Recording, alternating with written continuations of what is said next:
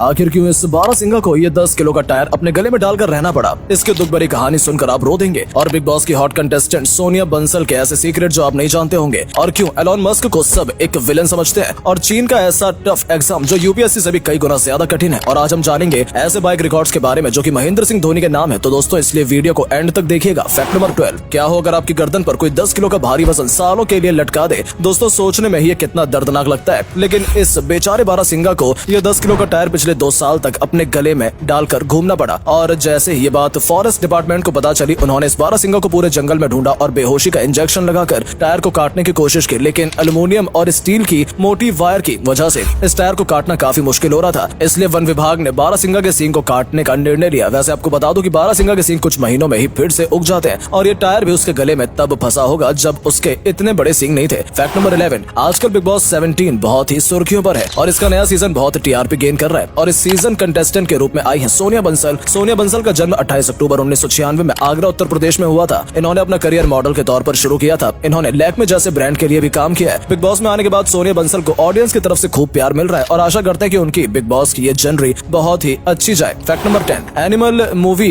के pre teaser में आपने ये पंजाबी सॉन्ग तो जरूर सुना होगा। ये सॉन्ग अभी बहुत पॉपुलर हो रहा है, लेकिन ये कोई रैंडम पंजाबी सॉन्ग नहीं है। ये एक पंजाबी स्पिरिचुअल म्यूजिक है जिसे धाड़ीवार कहा जाता है। इसे गुरु गोविंद सिंह ने बनाया था, और ये गाना वो मुगलों के खिलाफ जंग में गाया करते थे ताकि इसे सुनने के बाद उनकी सेना के अंदर मनोबल बढ़ सके। फैक्ट नंबर 9, एलोन मस्क दुनिया के सबसे अमीर व्यक्ति है, लेकिन आज हम जानेंगे उनके कुछ डार्क सीक्रेट। एक रिसर्च में ये पता चला है कि एलोन मस्क के 70% एम्प्लॉय उनसे खुश नहीं है। उनके हिसाब से एलोन मस्क बहुत ही रूड और एरोगेंट है, जो किसी से भी अच्छे से बात नहीं करते। और यही उनकी 3 वाइफ्स का भी कहना है। एलोन मस्क का 3 बार डाइवोर्स हो चुका है, और इनकी हर वाइफ का ये कहना है कि एलोन मस्क उनको टाइम नहीं देते और पूरा टाइम अपने बिजनेस की बातें करते रहते हैं। फैक्ट नंबर 8, बॉलीवुड मूवी में अच्छी एक्टिंग के साथ साथ एक हीरो का करियर एक अच्छी बॉडी से भी बनता है। अगर आपकी अच्छी बॉडी होगी तो आपको हीरो वाले रोल ज्यादा मिलेंगे। तो आज हम जानेंगे बॉलीवुड के कुछ 5 ऐसे एक्टर जिनकी बॉडी बहुत ही अच्छी है। करण सिंह ग्रोवर, उनकी उम्र 41 साल है, लेकिन इतनी उम्र के बावजूद उन्होंने अपने शरीर को काफी अच्छे से मेंटेन कर रखा है। इसके बाद बात करेंगे सोनू सूद की, जो इतनी उम्र होने के बाद भी एक बहुत अच्छी बॉडी कैरी करते हैं। टाइगर श्रॉफ और विद्युत जामवाल 2 ऐसे एक्टर हैं जो अपनी अमेजिंग बॉडी के साथ साथ मार्शल आर्ट में भी माहिर है। लेकिन अगर हम बात करें बॉलीवुड की सबसे अच्छी बॉडी की, तो ये खिताब जाता है ऋतिक रोशन के पास। फैक्ट नंबर 7, पहले जब जंग होती थी तो सेनाएं ऐसे बंकरों का बहुत इस्तेमाल करती थी, लेकिन इनमें से एक प्रॉब्लम थी हवा की सर्कुलेशन के लिए। इन बंकरों में छोटे छोटे छेद होते थे और दुश्मन इन छेद से बम या फिर ग्रेनेड को डाल देते थे।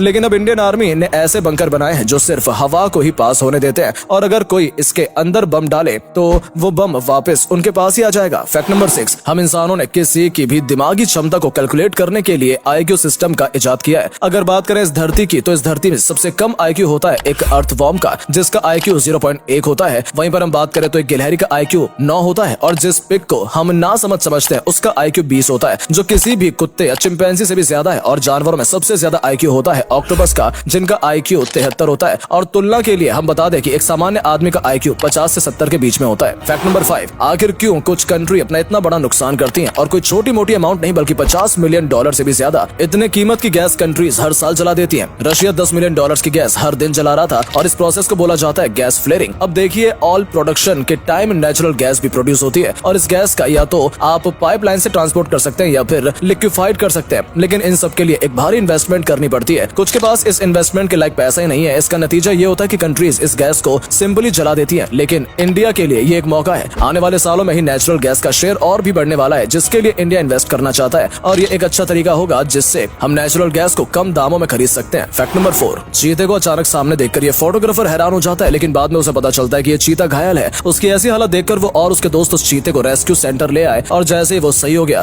उन्होंने उस चीते को जंगल वापस छोड़ दिया। लेकिन हैरानी की बात तो ये है कि 2 हफ्ते बाद जब वो फोटोग्राफर फिर उस जंगल में आया, तो उस चीते ने उनको पहचान लिया और बिना कुछ हानि पहुंचाए उसे फोटोग्राफर को बहुत सारी फोटोज क्लिक करने दी। यहाँ तक कि उसने अपने छोटे छोटे बच्चों से भी उस फोटोग्राफर को मिलने दिया। फैक्ट नंबर 3, अमेज़न की ये तरकीब सुनकर आप हैरान हो जाएंगे। हम जानते हैं कि इंडिया की 70% पॉपुलेशन शहरों में नहीं बल्कि गाँव में रहती है। अब अमेज़न को ये बात तो पता थी कि उनका डिलीवरी कनेक्शन शहरों में बहुत अच्छा है, लेकिन कहीं ना कहीं गाँव में डिलीवरी करने में उन्हें प्रॉब्लम आती थी। इसी चीज का सोल्यूशन निकालते हुए अमेज़न ने इंडियन पोस्ट ऑफिस और इंडियन रेलवे के साथ टाई अप किया, क्योंकि ये 2 ही वो सर्विस है जो इंडिया के गांव-गांव तक अच्छे से फैली हुई हैं, और इसी का फायदा उठाकर अमेज़न अपना कस्टमर बेस और अच्छा करना चाहता है। फैक्ट नंबर 2, हम बस ये बात तो जानते हैं कि इंडिया का सबसे टफ एग्जाम यूपीएससी का है, लेकिन अगर हम ग्लोबल लेवल की बात करें तो चीन का गाओ काओ एग्जाम सबसे टफ एग्जाम माना जाता है। ये नेशनल एंट्रेंस एग्जाम टेस्ट चीन के बेस्ड इंस्टीट्यूट में एडमिशन लेने के लिए होता होता है और इस एग्जाम में पास होने की परसेंटेज 50,000 में से 1 है। ये एग्जाम पूरे 9 घंटे का होता है और इस एग्जाम के दौरान एग्जाम सेंटर के आसपास के ट्रांसपोर्ट सिस्टम को बंद कर दिया जाता है। इस एग्जाम को देने की कोई भी एज लिमिट नहीं है और इससे एग्जाम्पल है चीन में रहने वाले लियनशी, जो पिछले 40 साल से ये एंट्रेंस एग्जाम दे रहे हैं और आज इनकी उम्र 57 साल है। फैक्ट नंबर 1, वैसे तो हमारे पूर्व कप्तान महेंद्र सिंह धोनी ने क्रिकेट में बहुत सारे रिकॉर्ड बनाए हैं, लेकिन कुछ ऐसे रिकॉर्ड भी हैं जो उन्होंने क्रिकेट के अलावा भी बनाए हैं। ये तो हम सभी जानते हैं कि महेंद्र सिंह धोनी बाइक से कितना प्यार करते हैं और उनके नाम बहुत सारे रिकॉर्ड्स भी हैं, जिसमें से एक रिकॉर्ड है इस बाइक का ओनर होना। ये बाइक इतनी रेयर है कि इसके आज तक 150 मॉडल ही बने हैं, जिसमें से कुछ model Tom cruise, Brad Pitt जैसे फेमस सेलिब्रिटीज के पास है। जिस सुपर बाइक को लेकर आजकल के मोटो व्लॉगर इतना उछलते हैं वो Kawasaki Ninja S2 Mahendra Singh Dhoni के पास 2015 में ही थी और महेंद्र सिंह धोनी इकलौते ऐसे इंडियन है जिन्होंने फाइटर प्लेन के साथ बाइक रेस की है। तो दोस्तों आशा करते हैं कि आपको आज की ये वीडियो बहुत पसंद आई होगी। अगर आपको ये वीडियो पसंद आई है तो इस वीडियो को लाइक करें और कमेंट में अपना फेवरेट फैक्ट जरूर बताएं। धन्यवाद।